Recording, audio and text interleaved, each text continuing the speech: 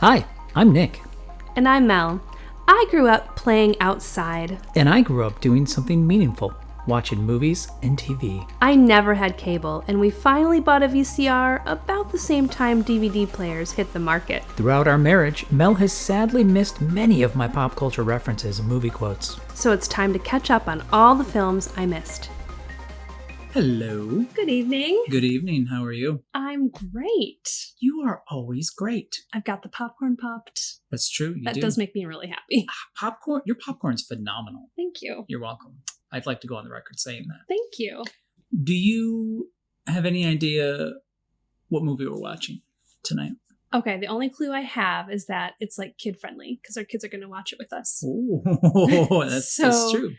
I have no idea. I'd be shocked if you knew, because this one has been rattling around deep in my brain. But we are in July. Yes. What do you think of when you think of July? The 4th of July, obviously. Come on. Black raspberries. Keep going. Sour cherries. There was a time in our lives when we were younger when July transformed into another. It meant something else. Whenever July hit every year, it meant summer vacation. A little older. Adults. You and I. As adults? Adults, Stranger yes. Things. You're getting closer. Oh my gosh. Movie releases? What happens every July? Every July? You were going to be so embarrassed once I say this. I'm really drawing this out, aren't I? Yes. You used the word transform. We lived in San Diego for 10 years. Oh my gosh. Comic-Con. Yes. Yeah. Yes. Every single July. Was July. Oh, is I Comic-Con season. I know. Yeah. So in honor of that, our movie tonight is Superman. Ooh. Oh my gosh. The original with Gene Hackman and Christopher Reeves?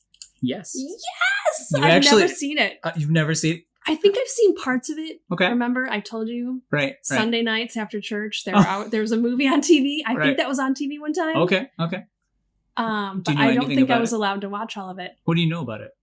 There's a Fortress of Solitude. In your heart?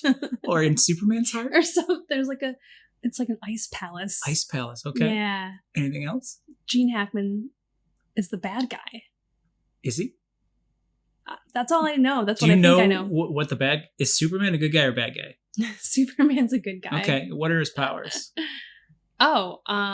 He can fly. He's stronger than steel. Stronger than steel? He's the man of steel. Okay. Bullets bounce off of him. Okay. He can fly so fast that, I don't know, he can... I'm thinking of Lois and Clark when he would bring Lois food from China because she wanted Chinese food. So he can fly. He's stronger than steel. And bullets bounce off. Off of him. Anything else? Does he have X-ray vision? He can do something with his eyes. Something with his eyes. Laser eyes. Laser things. Okay. Yeah, and anything else? I know that he has aversion to kryptonite. He has an aversion to kryptonite. Got it. It weakens him. Got it. Okay. And what is kryptonite? Yeah, it's a green rock. Okay. Found on... But is it from his planet? Because his planet is Krypton. You tell me. I never understood why he couldn't be near kryptonite. Okay. But I thought his planet was made of it. It never made sense to me. So. All right. Any other powers you want to mention, or are we good with those? The power of deception. Deception. Because he has a secret identity. Clark Kent. Okay. And no one knows he's actually Superman. Fair enough. I think you may learn a little bit about that, actually. Oh, cool. Who do you think Gene Hackman's playing in this movie? What character? I don't know. Oh, Lex Luthor. Luke's leather? Luke's leather. Luke's leather. Wow. Lex Luthor. Lex Luthor. Okay. Yeah. What are his superpowers? He's rich and that's all I remember. He's just rich? Yeah. Okay. All right. And bald. Bald? He's usually bald. Okay. Anything else you'd think about the plot or what you think about this movie? Is there going to be a Jimmy Olsen? He's usually a great character. Who's Jimmy Olsen?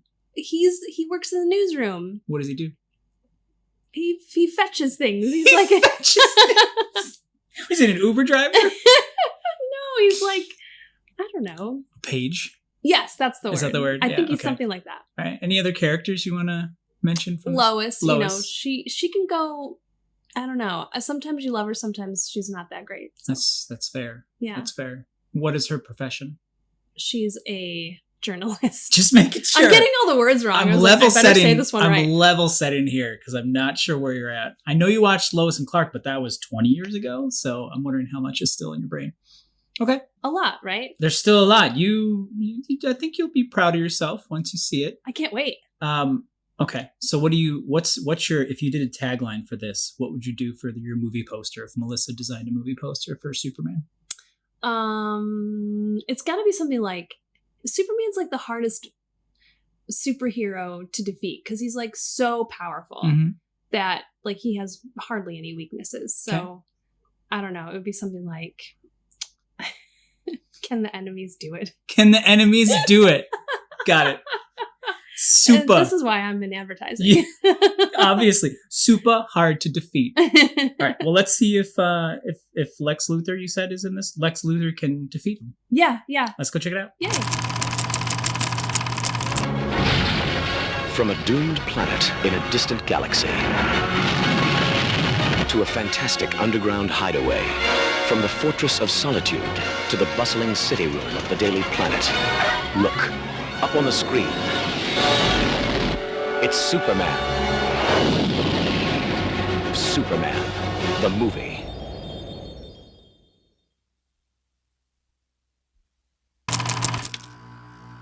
So. Wow. You all right there? Yes. Yeah. Wow. I know. That was a really good movie. Yeah. Yeah, go ahead. Did you believe a man could fly? That's the tagline for the movie. You will believe a man can fly. The effects of him flying were really good. Yeah, they were really good. Especially imagine in 1978 watching that. Wow, yeah, 78. Oh my word. Mm-hmm. No, the effects were really, really good, especially for the time. Yeah, totally. What were you... you want to give us a quick summary before we get off? I'm going to go off on a lot of tangents on this one, probably. Okay, this is like the origin story to beat all origin stories. It spends a lot of time. Yeah, it does, actually. Building the origin of Superman, who is Kal-El. Ooh. And he's from a planet called Krypton. Ooh. And the planet Krypton, on this planet, there's a man named Jor-El. That's Superman's dad. Yeah. Played by Marlon Brando. Are you sure? Because I looked it up afterwards. We'll get more into that in a minute. Keep going. Is that Marlon Brando? Yes. Is that Marlon Brando? Every male character who came on the screen, you were like, is that... You thought Jimmy Olsen was Marlon Brando. You thought Perry White was Marlon Brando. I think you thought Clark Kent's dad, Pa Kent, Jonathan Kent was Marlon Brando. Yeah, I really don't know who Marlon Brando is. I just like his name. You don't know anything about him? No. Like none? He's like famous. Does he smoke? He like smokes this. He what? Sorry, I'm quiet because my jaw is open. Does he what? He smokes a cigar in a movie. He smokes a cigar in a movie? Yeah. You want me to give you a really bad impersonation hint? Okay, yes. I'm gonna make you an offer you can't refuse. Oh, The Godfather. Hey, it worked! Oh! I've never seen him. Oh. Any of The Godfathers. I guess we got some more movies for the list. Yeah, I mean, one of the greatest actors of his generation. Really? He was in The Godfather. Oh. Yeah. Wow. Good for him. Good for Marlon Brando. Wow. Back to the summary. Okay, so Marlon Brando, Jor-El. No. Cal's dad. He thinks that the planet is going to be incinerated by an exploding star. And no one believes him. That's what the kids thought, too, when we watched it. The planet just explodes. The star's still there. Sorry, my comic nerdness is going to come out a lot in this one. Kind of looked like the star exploded. Okay, fair enough. Okay. The kids were confused, too. I remember having to clarify for them as well. Okay, Keep going. I'll be in the same group as the kids. That's fine. That's good company. So Jor-El knows this is coming, thinks this is coming, but no one believes him, and he's forbidden from talking about it. And so, in just a desperate attempt to save his son, he puts Kal-El in this awesome, like, star-shaped spaceship, the kind that you would, like, put on the top of your Christmas tree. It kind of reminded me of that shape. Yeah, it reminded me of a sea urchin a bit. Oh, yeah. Like the ones we except ate crystals. out of. Yeah. Yeah. Mm-hmm. So, except crystals. Lots of crystals. Yes, crystals. I loved the crystals. Oh, the crystals are amazing. Especially the green one. Yeah. So he puts baby Kal-El into this like spaceship and then puts with him a crystal, embedding all his knowledge and wisdom into this crystal so that he would still be with Kal-El and he wouldn't be alone. And he was sending him to Earth. He knew about Earth. Yeah, he did. And he knew that he would have like an advantage in his body. Like he would be like a superhero. He knew that. But he sent Kal-El as a baby. He travels through space. He hits Earth and he's discovered by... He hits Earth. He lands on Earth rather forcefully, yes. And he's discovered by this old, aging man and woman who never had children. Yes, Jonathan and Martha. Yeah, Martha Clark Kent. There you go. That's where his name came from. Look at you paying attention. Mm-hmm. Well, they dropped it. Yeah. I picked it up. Excuse me. Can I pick this up? So, yeah. And then we see like his adolescence. Yeah. As a high schooler. And then he finds the crystal that was in his like baby carriage. Right. His baby carriage. Find a crystal, pick it up all day long. You'll have good luck, right? Yeah. It totally worked for him. Totally did work for him. Yes. So anyway, this is a long summary, but we see like him like find out who he is through the crystal in this really cool way. And then, well, that's one of the trippiest parts of the movie for me, because like he's like, I have to go away, Mom, and then he goes. Sorry, do you mind? No, let's go on. He goes and then he throws the crystal in the North Pole. Which whenever I see that now, I'm like, there's nothing there anymore. It's just not frozen over anymore. But anyway, he goes through his education with Jor-El, and in the movie, I'm never clear when I watch it if he actually went through space or if it's just like a mind palace thing where he's just like has holograms and he's just literally there for 20 years just sitting there learning information. I would think he journeyed. The language they use makes it sound like it, but it also kind of the way they filmed it, he was like kind of in space and there was like a floating head of Jor-El talking to him and educating him. Yes. So I think I'm going to go on the side that he did travel through space. Opens so many questions though. Like how? Like Superman, he can hold his breath a long time. I used to read Superman comics when I was a kid. He can hold his breath a long time. He goes on space adventures, but eventually it runs out. And that's a long distance. And who knows, when he was that young, he probably didn't know how to use his powers that much. And et cetera, et cetera, et cetera. The further away from our star he gets, the weaker he gets, because he's like a cell phone, really. And he charges from the rays of the sun, right? And he gets his energy levels up and he can go off and do stuff. Anyway, there's no spaceship. Why is there no spaceship? How did he get there? Anyway. I feel like we should have given a super nerd warning before that whole thing Sorry, you just said. You're right. My bad. It's just that stuff really bothers me. The nerd inside me gets really disturbed by stuff like that. Well, let's say for the sake of argument that he did travel. Okay. And that he was able to hold his breath. Is it not in the comics that he could just breathe anywhere? Does he need our atmosphere to breathe? He needs oxygen. He needs oxygen, yeah. He needs to breathe. Let's just consider for the sake of the argument that he can hold his breath for like months. But how fast can he fly? I don't think he was traveling through space that whole, 12 years, 10 years that he was in? It was 20 years. 20 years. I think he was like 18 or something. And then he came back when he was like 30. It's 12 years. He came back when he was like 30, I thought. I liked that transition a lot of him learning. It was a little fast, but him learning and like kind of, the last you see him is like teenager Clark Kent. Yeah. And he throws the crystal and the Fortress of Solitude grows that was up. So cool. And he says, let it go. Yes. Let it go. He does. And he pulls his hair out and he has the blonde hair and it comes out. The Superman curl comes out. Yeah. So he gets through that and then he's doing his training with Jor-El. And you don't really see him clearly in that montage. And then all of a sudden, from a distance, he's in his Superman costume with a cape, and you don't even see him clearly then, and he flies off Yeah. Boom. That's the last you see of Superman. And the next thing you see is Clark Kent. Which is wild. Like, that was a really cool transition. Yeah. I loved that. More things that bother me. I mean, I guess he has ultimate nerd alert. He has ultimate knowledge from all these teachings that Jor-El teaches him. I guess some of it must have been how to be a reporter and how to mask his personality and like be bumbling and whatnot. Like, that feels like he didn't do that at all when he was a kid. So I really want to see the cut where Jor-El's teaching him how to be like a bumbling, like the physical comedy he does as Clark Kent. That would be awesome. You know, if I were to say, like, I would say that just came from Clark himself.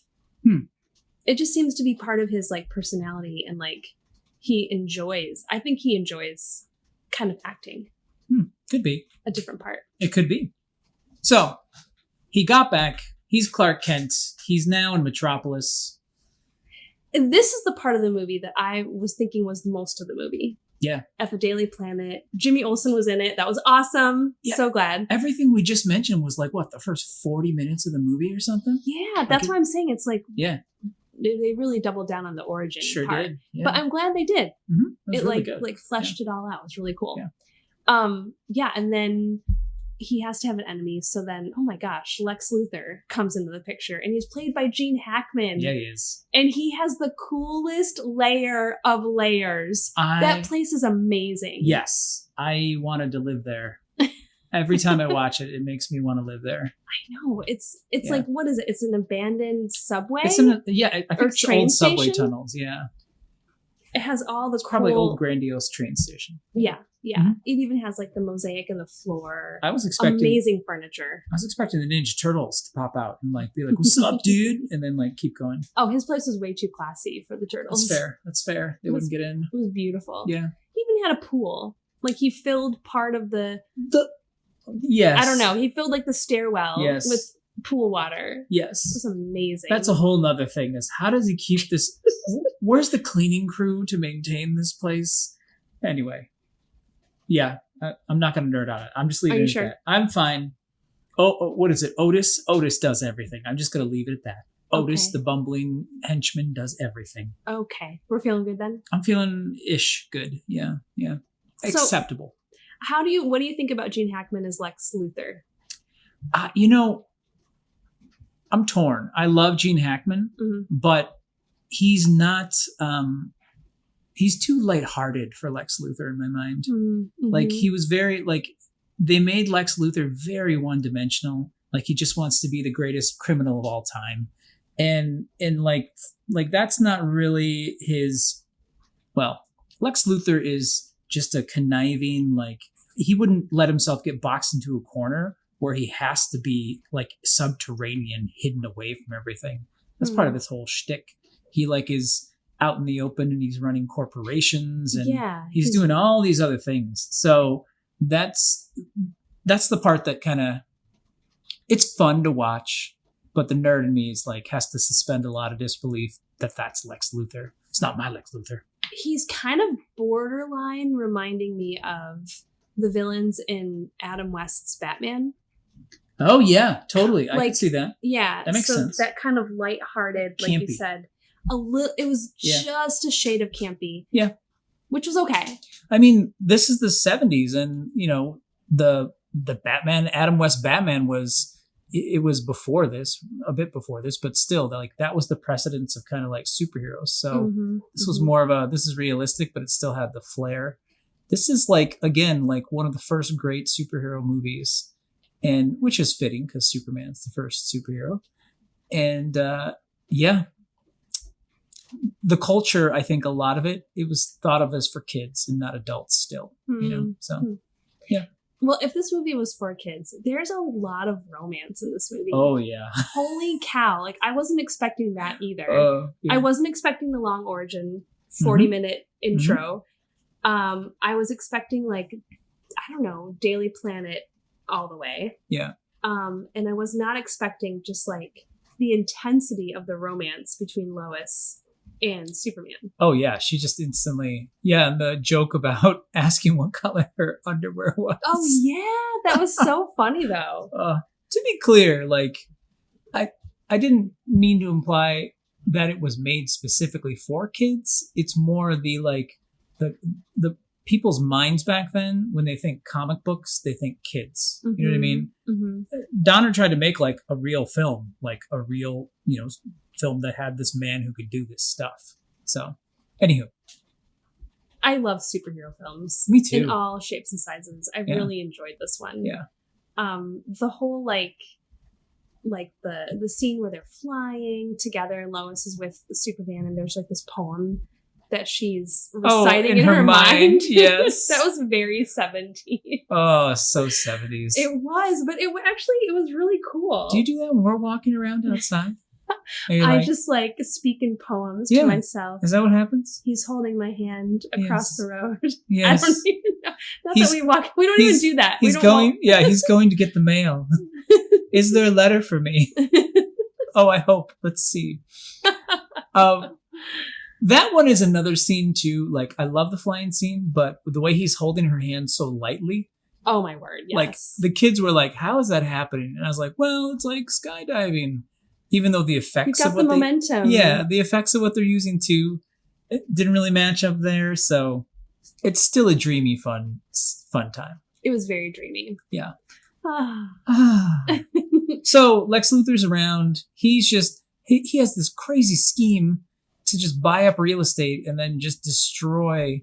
He buys up real estate in the desert and he wants to launch nukes along the San Andreas fault line to just drop California into the ocean. Yeah. So he can make money even though he's like hidden in this hideout and he can't be public. So it's like a weird, it feels kind of cooked up, his stuff. Like he's bored, so he's just doing this, which that part makes sense. A little maniac in him, I think. Just kind of. Well, he's killing millions of people, hundreds of millions. Not hundreds, but millions of people. Yeah, it's more like I have so much wealth. Look what I can do. When is the last time we talked about the San Andreas fault?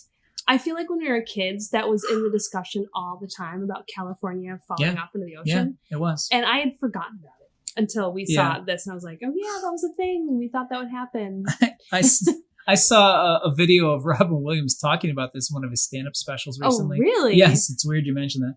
And he was like, "Oh, it's wonderful. We have a great like timeline we have to deal with. It's either tomorrow or 10,000 years from now," which feels fairly accurate. I feel like after the Rock's movie Andreas came out, people stopped talking about it. The Rock killed the idea that California is going to fall into the ocean. Does it happen in Andreas? Yeah, that's the whole plot of the thing. It like starts to happen, and disaster movie type stuff. Okay. Yeah. So yeah, are we done with the summary? Yeah. So Superman stops this whole plot, but he doesn't stop it before it happens. It actually does happen. It does. And then he like goes under the earth and pushes California back together. Yes. He restores the fault line. Yes. Yes. And but in doing so, he's unable to save Lois, who dies. And it's a really bad death. Like, it's like the kind of death like you might have nightmares about, where she's like suffocating from dirt falling into the car. Yeah, that was her car fell into a crap. Yes. And that one, that's another part of the movie, nerd alert. Superman can't take it, which is fine. He can be an emotional creature. All of us are, even aliens. But he flies up and then he just flies so fast that the Earth rotates backwards. Yep. And that makes time go backwards so he can save her. I see the look on your face saying, "This is impossible," and I don't believe in this. Yeah. Yes. So I know what you're going to say, whoever's listening to this. It's a comic book movie. And then if not that, it's a movie. Yes, it is. But I have to be grounded in some kind of reality to believe anything I've seen on there. And that one's like, come on now. Why couldn't he just snap his fingers? I mean, Thanos did it. Why couldn't he go to Jor-El and be like, Jor-El, what's the doohickey or what's the formula to make it so I can go back in time? Instead, he just goes, I go fast. And just whoosh. It's like Vin Diesel. Like, anyway. But that determination on his face and like the acting of that was really good. Oh, Christopher Reeve is phenomenal in this movie. You know, he's amazing. He was amazing. Super even. When he was Clark Kent with the glasses, he reminded me so much, and our daughters agreed with me, of Kermit the Frog. Kermit the Frog? Yes. Like, for some reason, like, the geekiness, the awkwardness, the bumbling. Yeah. Totally Kermit. Wow. Like a human version of Kermit, and with glasses. I've never thought of that before. Watch it again. You'll see that I'm right. I guess I'm going to have to. Isn't there a version of Kermit where he does super... Or is that no, that's Super Grover I'm thinking of. Super Grover does that. Totally different. Yeah, totally different. Hilarious. That's a universe crossover too, Sesame Street and the Muppets. But anyway, Kermit goes in both. So I liked Lois. I liked her. She was a good Lois. Well, this is very much like 70s too. The actors all look like real people, you know. Yeah. And she was very I enjoyed her as well. She was plucky, yet I don't know, what the kind of gritty almost. She had like some edge to her. So she played it really well. Yeah, she did. Jimmy's outfits were amazing. His were my favorite outfits in the whole movie. He's pretty dapper. Oh, so dapper. He's got the full suit and the bow tie. He dressed to impress. He did. And when Superman went backwards in time, he didn't even do the things because he did all this work to save the town from the Hoover Dam exploding. And when he comes back, he just goes directly to save Lois. He doesn't go do the other thing. And then, is there another Superman that's out there doing that? And what happens? It gets into a paradox. Just saying. I feel like the superhero audiences back then weren't as sophisticated as we are now with dealing with time paradoxes. I mean, they had H.G. Wells. That was written by Jules Verne in the 1800s. I haven't read that. You've never read that? No. Have you ever seen any of the movies? No. You know what book I'm referring to, right? Yes. Ooh. No. It's just literally just called The Time Machine. Oh, okay. Oh.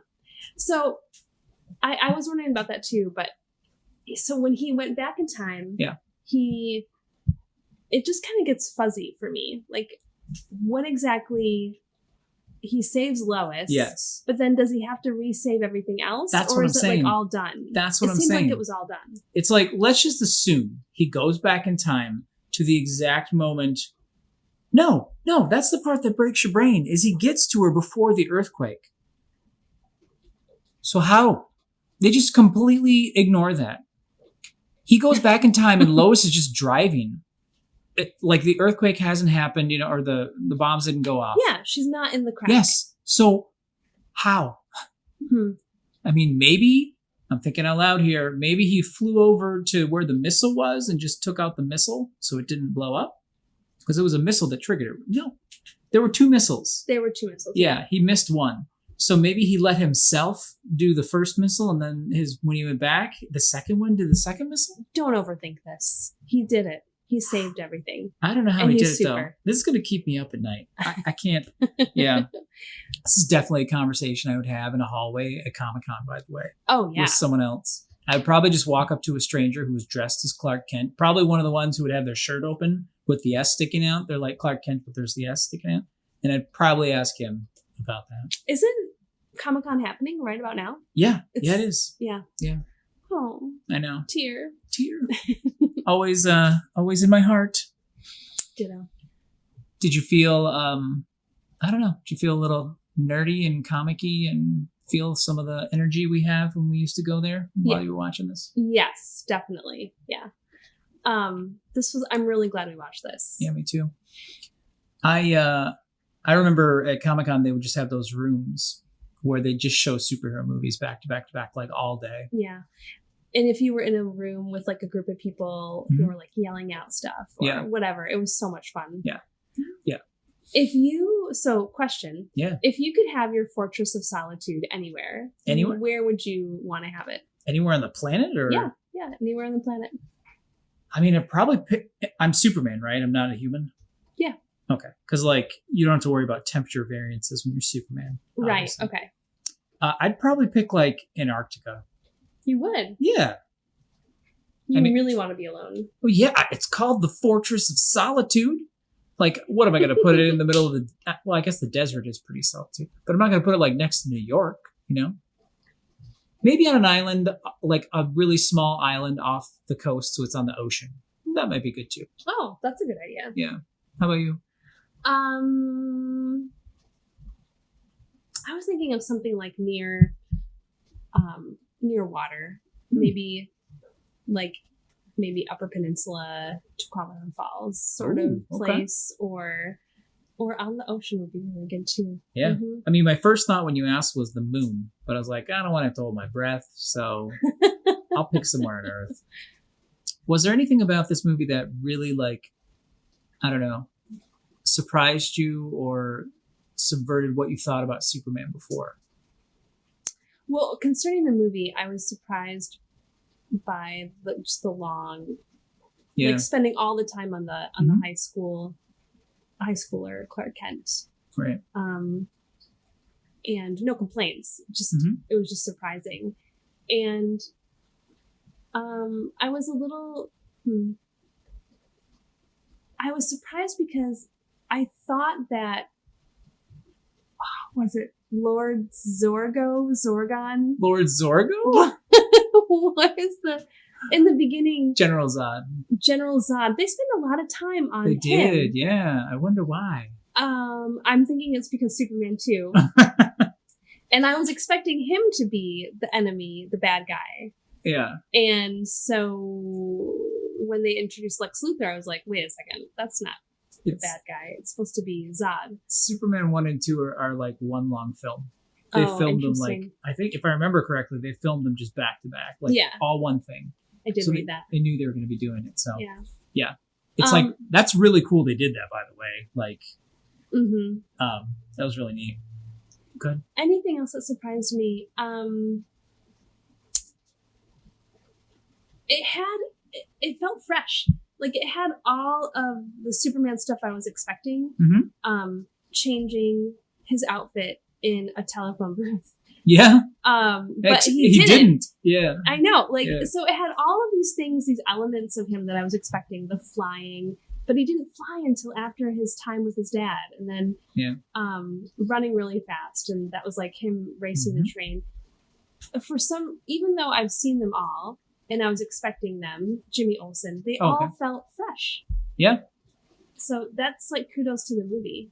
Well, yeah, especially considering how old it is. And I mean, Superman at that point was like 50 years old. Like the character was about 50 years old, if I remember right. Wow. So, what do you think the message of this film is, Melissa? Oh my gosh. I haven't thought about the message of a film in a long time. You just had one day off because of Independence Day. I know. We didn't talk about the message for that. We didn't. I was too excited. We were breaking all the rules that time anyway. I don't know. I think the message has to be something with like who you are and who you show people. Because like there's that really like big moment where like Clark is going to tell Lois who he is. Yeah. But then he doesn't. That's what my mind keeps like thinking about. Like, did I want him to tell her? And did I think that was a good idea? I'm not sure. So I think it's about something about your identity and like who you are. What about you? Do you have an idea on the message? Oh, I mean, it's just the whole be better, aspire to something greater.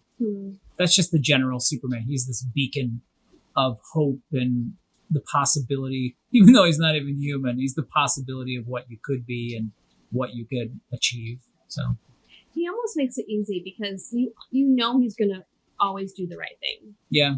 And so it almost is like he makes it look really easy to do the right thing. He's a really interesting character because the longer he goes, society is getting increasingly jaded. So it's going to be really interesting when they do a reboot in maybe 30 years. Like, what's it going to be like then? How is there even going to be a baseline of Superman not being jaded? Is he going to be part of some like super tiny sect of the culture that's not jaded? I don't know.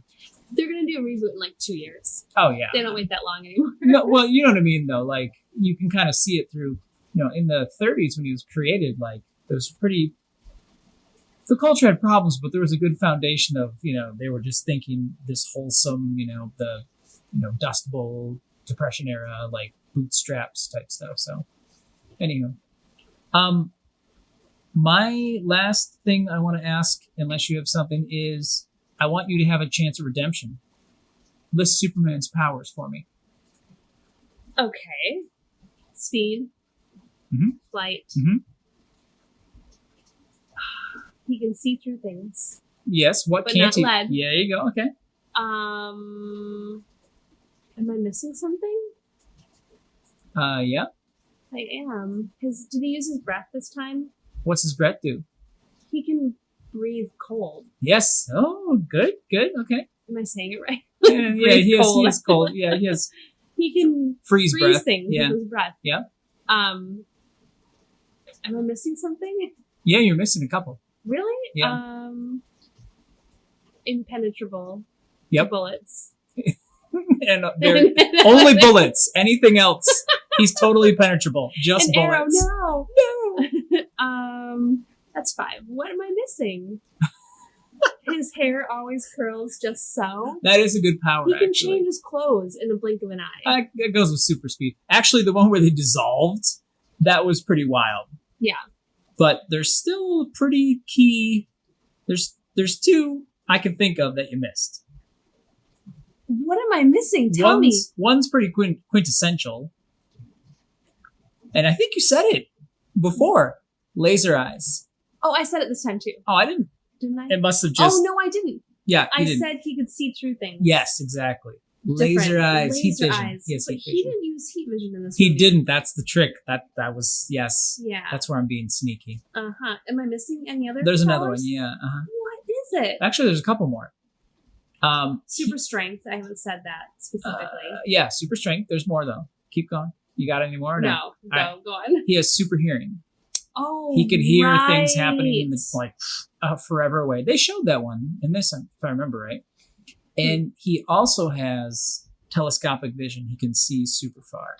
He can see through things, and he can also see he can look on the moon and see Neil Armstrong's boot prints and stuff like that. Cool. Yeah, I think that's everything though.